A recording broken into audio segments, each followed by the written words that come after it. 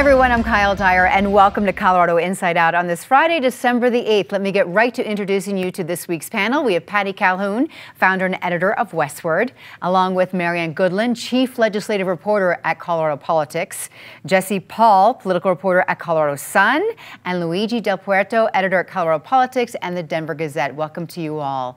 This time of year, downtown Denver is a place where people gather for the holiday season, and the Parade of Lights was last weekend. And while some of those traditions are merrily playing out, downtown also was a scene of protest last weekend outside the convention center.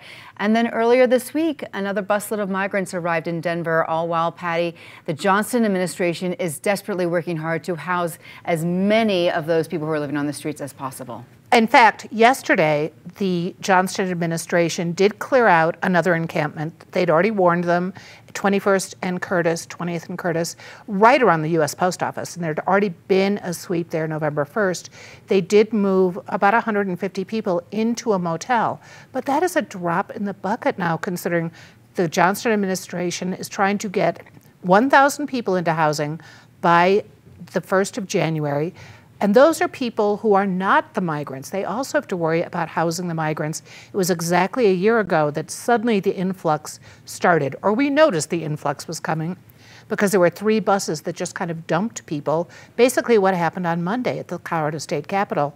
And housing migrants is also a very different issue than dealing with the homeless. Some are trying to just move on. A lot have kids, their families, so the challenge is just getting bigger. Yeah, it is a challenging time. Were you at the state capitol, Marianne, when the bus came? No, I wasn't. But where I fit into kind of what has been going on the last week is at the Parade of Lights last Saturday night, my husband and I took the light rail, because you don't drive downtown during Parade of Lights, you just know that. And I have to tell you, it was like a police war zone in front of the convention center. There was this conference, and I don't really know that much about it, but it was a Jewish conference, and you had pro-Palestinian protesters determined to shut that conference down, and they were out in force, except during the Parade of Lights.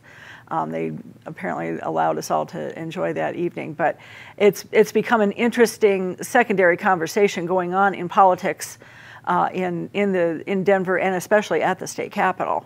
And it's been kind of fascinating to watch how it has divided the Democratic Party, but we'll get into more of that later. Mm-hmm. Jesse. So I think kind of focusing on the migrant issue, what was fascinating was to see President Joe Biden in town last week, and he was greeted on the tarmac by Mayor Mike Johnston and Governor Jared Polis. And I kind of wonder what kind of conversations those folks had, given that the mayor and the governor have been pushing the Biden administration to do more on the migrant crisis, help cities like Denver react to it. I saw Mayor Johnston at the president's fundraiser later that evening, and we don't really know what they talked about while they had those conversations, but according to a White House pool report, the mayor said that he talked to the president about his kids, which was interesting given the migrant stuff that's going on and the fact that they want to get an ear in with the Biden administration. So I'm curious to see kind of how those dynamics work out. Obviously, the homelessness issue and the migrant issue are kind of compounded. They're different, but they have kind of intersectionality. So, how the state and the city ask for federal help, how they work together, I think will be kind of something to watch as the new year begins. And every week now we've been talking about this story, but every week there seems to be a different angle or a different development in terms of the housing of the homeless or the migrants coming, Luigi. Yeah, that's exactly right. So here's what we know. The mayor promised to house get 1,000 people off of our streets and into transitional housing. That's not going to happen. He's not going to deliver that promise. He has about 300 plus people right now that his administration has transitioned out of the streets. That means about 700 that he needs to do between now and December 31st. So he will fail to deliver on that promise. There's no doubt about it. And on top of that, we have this immigration crisis we've been dealing with that for a year now. And it's cost the city of Denver, $32 million so far. I think as of today, about 30,000 immigrants have arrived to the city of Denver. And it is a crisis that's spilling from the southern border that we are now having to deal with. And then Jesse, I think raised the point. about how the city and the state and the federal government interact. And the way they really interact is funding. The question is, will the city of Denver get funding help from the federal government? I don't see this problem going away anytime soon. I don't see the governor of Texas stopping sending immigrants to Denver. Okay, since we have our top political reporters in our state with us here at the table this week, let's talk about the rumblings and the movement we're seeing over the state legislature. I will start with you, Marianne. Well, one of the interesting things last Friday, State Representative Ruby Dixon, who is a first-year lawmaker, announced that she was resigning, and that resignation takes effect this month because of the volatile and I've heard lots of other folks refer to it as toxic political environment at the state capitol. And the fact that we have a lawmaker who didn't last even a full year in the job and it tells you something about just how messy that situation in the Capitol has become. And this is primarily in the House where she has been serving. And it wasn't just in the special session. You can go back to the regular session too that ended back in May where both sides were just going at it and in a way where, there's the old saying about how to disagree without being disagreeable. They can't do that in our legislature anymore, and certainly not in the state house. It has become a kind of a very sad situation. I've been observing this for many years, and I've just never seen the level of animus that you're seeing both within the caucuses, both the Democrat and Republican caucuses, and then across the aisle. And I'm hoping to hear from the Speaker of the House about how she plans to address this, because this really is her shop, and it's her job to kind of clamp down on this issue of decorum. And it'll be interesting to see when the session starts whether she actually takes those steps. Mm-hmm. Jesse. Yeah, and I think she's not the only one who's leaving, right? I mean, we saw Senate Majority Leader Dominic Moreno leave for a job at the city. State Representative David Ortiz mentioned that he's not going to run for re-election next year, and we had heard rumblings during kind of the off-season about a handful of other lawmakers who were saying, I don't know if I want to run for re-election next year, which I think is kind of all a nod to the current state of affairs at the Capitol. We are going to see a record 28, I think it's a record 28 vacancy-appointed lawmakers in the legislature come next year, which is a really big portion. It's almost a third of the legislature. So, how that kind of functions, seeing if there are other people who maybe leave in the middle of the session will be interesting. One thing that I'd note about Ruby Dixon's resignation that's kind of interesting is there's been a lot of speculation about whether or not it was tied to what happened during the special session, Representative Epps in the gallery. She hasn't talked to anybody as far as I know. She certainly hasn't returned my calls and texts, but she actually just endorsed Sean Camacho, who's running against Epps. So she's leaving the legislature, makes this endorsement. I think you can probably read the tea leaves there. So now there's another vacancy committee. How quickly do they have to find a replacement for her? It oftentimes takes a few weeks, but it's a handful of Democratic insiders who are going to pick her replacement in this kind of Arapahoe County, Greenwood Village Centennial District. Here we go again with another vacancy committee. Luigi. Well, that's going to happen pretty quickly because they'll have to make sure that they have somebody in there by the beginning of next year. Because session starts next year. I think Jesse and Marianne are both correct. I've been here 2 years and kind of watched that, if you want to call it, devolution of civility in that chamber, especially in the House, last 2 years or so. I think, on top of this place being built on the idea of conflict, it is an idea that filters and vets really difficult issues. So it's conflict-driven to begin with.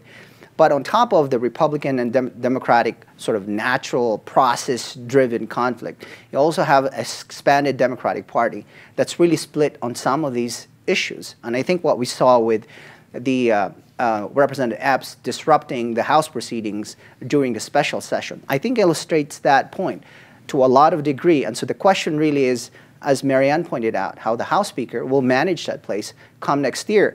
How does she ensure that this process-driven place goes back to that keyword process, which allows for all sides to speak their mind and to vet difficult issues and to pass something?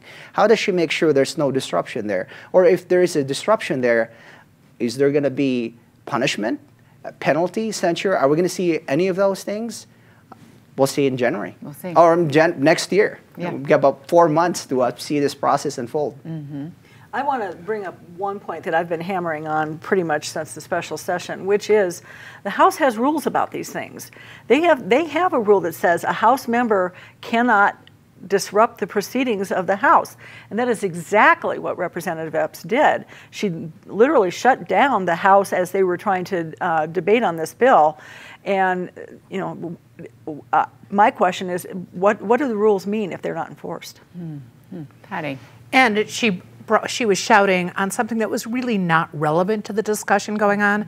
But we have to look, it's not just Colorado. I mean, this is a microcosm of what's going on in Congress, where you have people who do not want to run again and who are very vehement about why they don't want to run again. Representative Dixon represents my mother's district, so I paid more attention. And the shame here is she's exactly the kind of person you would like to see in a citizen legislature, where she's got expertise in politics, she's got expertise in finance. She cares about things. She's living in the suburbs. She's not urban. She's not rural. She was a good person in the middle, and it's a shame to lose her.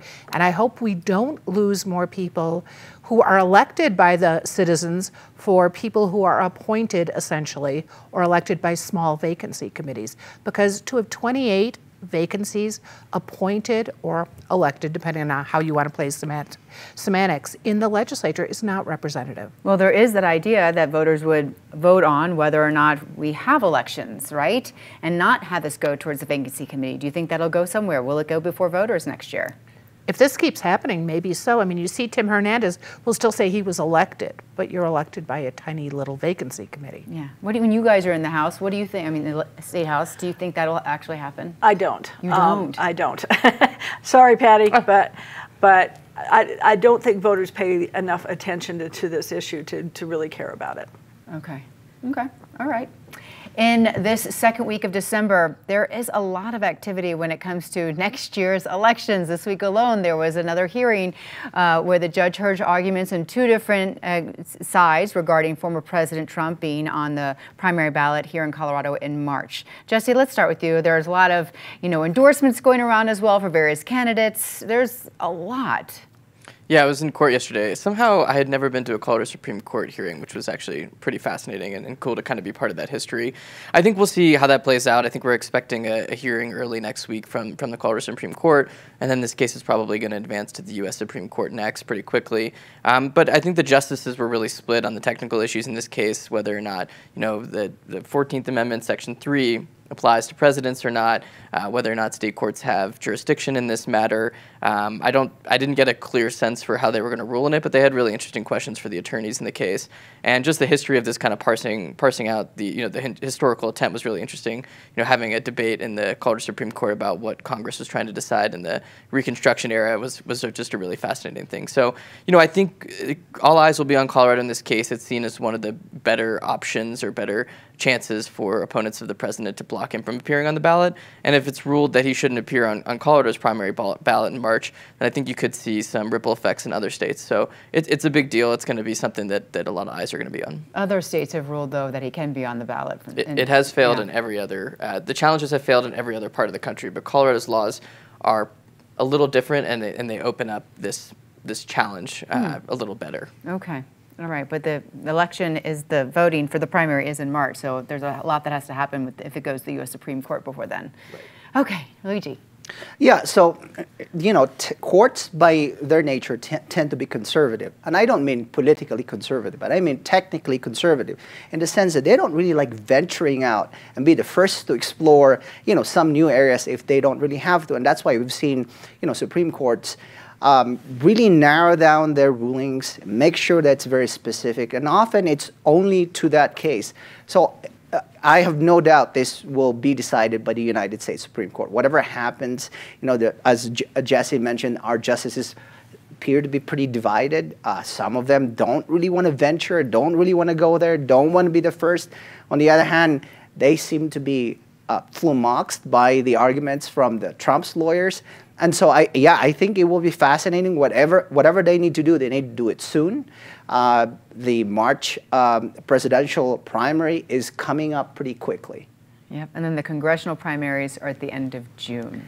That's right. And by the way, talking about the congressional races, there are two really big races in our state. And these two races might decide the composition of Congress and who gets to rule the House. Patty. Well, to go back to the Colorado Supreme Court hearing on Wednesday, first of all, one of the plaintiffs in the case is Krista Kafer, who's frequently sitting here, a Republican who's been referred to as a Democratic henchman in Donald Trump's emails, which you have to love. And the arguments are fascinating because, of course, the plaintiffs appealed because the original Denver judge had just determined that Trump could indeed be on the primary ballot. And Jenna Griswold has to sign off on that ballot by January 5th for the March 5th primary, so time is of the essence. But Trump's lawyers also appealed because they didn't like the judge, Sarah Warren, said that, yes, he did indeed incite the insurrection. So there was a lot of very specific January 6th testimony and also more archaic 14th Amendment after the Civil War discussion. So we'll see which way the Supreme Court goes, but they were so erudite, I thought, in their questions. So you say a decision probably sometime next week? Well, and then to the Supreme Court, probably after that. Okay.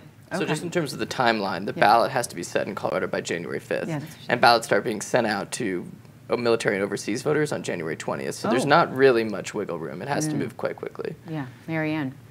I want to pivot a little bit to the congressional races and some of the things that are coming out in that. Today we heard that former State Senator Jerry Sonenberg has officially jumped into the CD4 race. He made that announcement on Thursday. I think he probably is the candidate to beat, or the one that everyone's going to be going after. He's probably got the best name recognition of anyone who's already announced for the seat. And we still anticipate lots of folks are going to get into this race. He is not going to be the last person who jumps in. We're still hearing names like former State Senator Tom Weens might be taking a jump at it. There's lots of interest from him because that's Douglas County, which is the most populated county in that CD4 district. So. But I think the CD4 race is going to be really entertaining to watch when you look at all the candidates on the Republican side. And frankly, this is a Republican's seat, and it's going to stay that way. With Ken Buck retiring, yeah. All right. On Wednesday of this week, Time Magazine chose Taylor Swift as their Person of the Year, saying Swift's accomplishments as culturally, critically, commercially, you name it, they said too many things to recount, but they said this year something shifted for her in terms of her effect on people. I saw you shaking your head, Marianne, but first, but the task at hand, I want to ask you, the panel, who would your Colorado Person of the Year be? Well, you know, every single time, or as much as I can, I call out the garbage collection system in Denver. But I do want to give them kudos, and especially the garbage collectors. They are my Person of the Year. They go around, they make sure that we don't stink, that we are clean. So thank you to them. Okay, no runners up? Nope. Okay, they're number one. Okay, Patty. Wow, well, you could go with Coach Prime because, of course, Sports Illustrated did, but I would have to say you cannot avoid Mike Johnston, who came out. He was not the front runner a year ago at this time. Now the mayor of Denver, which, according to Hickenlooper, who's been both mayor and governor, is the most powerful position in the state. And Johnston is working hard to live up to his campaign promise to deal with the homelessness issue. Will he get 1,000 people off the street by January 1st? Unlikely, but will he have a plan for how to move it forward and make sure those people stay in housing and have productive lives? We'll see. Okay. Marianne. I'm going to go for an obscure person that nobody's heard of, to my great disappointment. This is a young man from Durango, Colorado, named Sepp Kuss. And he did something this year that no Coloradan in history has ever done, and that is to win one of cycling's 3 main grand tours. This is a young man who has played the lieutenant's role on his team, which is called Jumbo Visma. And he has made sure that his teammates are the ones standing at the top of the podiums in the Tour of Italy this year and the Tour de France. Jumbo Visma absolutely dominated professional cycling this year in a way that we've never seen before. But Sepp finally got his chance, and we've all kind of been waiting and to see if he was going to get it. Got his chance, and despite some drama within his team, won the Tour of Spain, known as the Vuelta a España. And there's been almost no attention to this, and this is really the story of sometimes good guys do finish first. He's very well liked. He's very professional. He's adored in Durango, of course. But congratulations to Sepp. You should be the person of the year. Well, that was all transpiring when Coach Prime was really getting a lot of attention. And you shook your head when Patty said that too. Is that why? Because you wanted him to get just as much attention as... No, and you'll find out why I was shaking my head in a minute. Okay. All right. Hey, Jesse, who do you think? Nikola Jokic is my person of the year. I think, again, another athlete, a great Coloradan. I looked up his stats before the episode: 25 points a game, 12 rebounds, 10 assists average in 2023, MVP of the NBA Finals. Also just like a great, entertaining Coloradan, a good guy. He makes everyone laugh, kind of like makes everyone feel good about themselves. So my runner-up is Michaela Schifrin, also just an amazing athlete and great Coloradan, good influence, super impressive human being. Also something great for Colorado, the best alpine skier of all time, ever. Yep. Yeah, good picks. All right, very good. Now it is time for our panel to share what each has seen as a high and low of the week. We'll start on a low so that we can end on a good note tonight.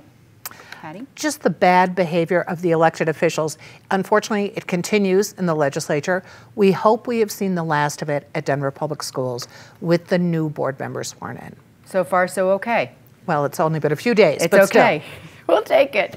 How about you, Marianne? All right, all you CU fans, get your axes and bows and arrows ready. Sports Illustrated for naming a 4-8 football coach Sports Person of the Year. That just baffled me beyond words. It's a team that finished 97th out of 133 Division I schools, and he's the Sports Person of the Year. That's hype, and that's garbage. Sorry. Did you read the article? It talked about the impact they had on Boulder and admissions. And yes, that's talking one. About his faith. That's all well and fine and good, but at the end of the day, he isn't hired to do all those things. He's hired to win games, and they didn't do that. Yeah. He was a lot of talk. Or as the folks in agriculture say, all hat, no cattle. All right, Jesse. Send your complaints somewhere. I'll pass them on to you. I'd say Ruby Dixon's resignation. Obviously, it was last week, but that was a pretty big disappointment. Again, a first-year state lawmaker, one of the younger people in the Capitol. The reason why she resigned, shame to kind of see that the vitriol and toxic nature of the Capitol got to her. But then also, it's a big bummer for her constituents now who don't get to weigh in on who their lawmaker is going to be for the next year, since it's going to be a vacancy committee that chooses who serves that term. Whoever gets that job is going to have the power of incumbency coming in November. So it just kind of sets up a whole new, it gives that person an advantage, whereas maybe, the voters would have maybe liked to weigh in and had the broader electorate to have a say in who will replace her. Mm-hmm. Okay, Luigi. Yeah, unfortunately I have something that's very tragic and heartbreaking. On Sunday, last Sunday, there was a terrorist attack on a university in the Philippines. This is the university where I spent a year in, where I met my wife, where she graduated, where her sister, my sister-in-law, who now teaches at a school in Arizona, graduated. And the jihadists, according to the Filipino government, were the culprit. They bombed this place. 4 people died. They did it at a gymnasium where I used to perform, because I was part of the theatrical group in that university. And it's just tragic and a reminder of how violent other places are, and also just a reminder that we are, and makes me grateful that I am here. But as far as we know, there might be others that number of people who have died could grow. And I have roots in this place, and so it's just heartbreaking. Too close to home, yeah. All right. Something positive, Patty. Well, we didn't get to this in the first discussion, but downtown is not dead. If you were there last Saturday, you saw just how fun it was, how relatively safe it was compared to just about anywhere else. And there are new things coming up all the time. The old Rhinoceropolis, a notoriously cool DIY space, is reopening as Squirm today. And there's a new EDM club at 22nd and Larimer. So things are happening. You can go downtown and be just as safe as you might be, say, in the airport parking lot. Do you go to EDM shows? I have. Yeah? All right. Ooh. And then the Chris Kindle Market, and then the tree is still lit up. So there's still places to go. There are lots of places to go right now. Even if you miss the parade, there's lots going on downtown. Good. I want to give a congratulations to Rick Salinger, who announced he's retiring. Due to health reasons, he has had an illustrious career in the Denver market with CBS 4, and congratulations, Rick, on your wonderful years of accomplishment, and best wishes for your health to improve. Yeah, okay. Yeah. Jesse. Cheers to Rick, always a good guy to see on assignment. Positive thing, the Colorado Sun completed its transition to become a nonprofit, so we're really excited about that. It's kind of a new future for us, and we're excited about what that means for our company. And you were part of Colorado Gives Day. Yeah, we were. Yeah, very good, first time. All right. Luigi. Jesse, congratulations. Thank you. I was out walking our dog last night, and for the first time I saw the Christmas light.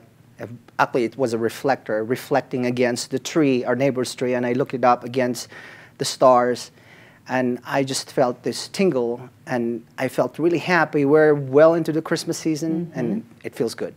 All right, it does. And for me, I'd like to send out a happy Hanukkah to all of those who celebrate. We wish you a season of light and of hope. No matter how dark things can get or murky, there is always light and there's always hope out there. We just have to look for it. And the Festival of Lights really couldn't come at a better time. Thanks to our panel. Thanks to you all for watching us this evening or listening to our podcast. We will see you next week here on PBS 12. Take good care.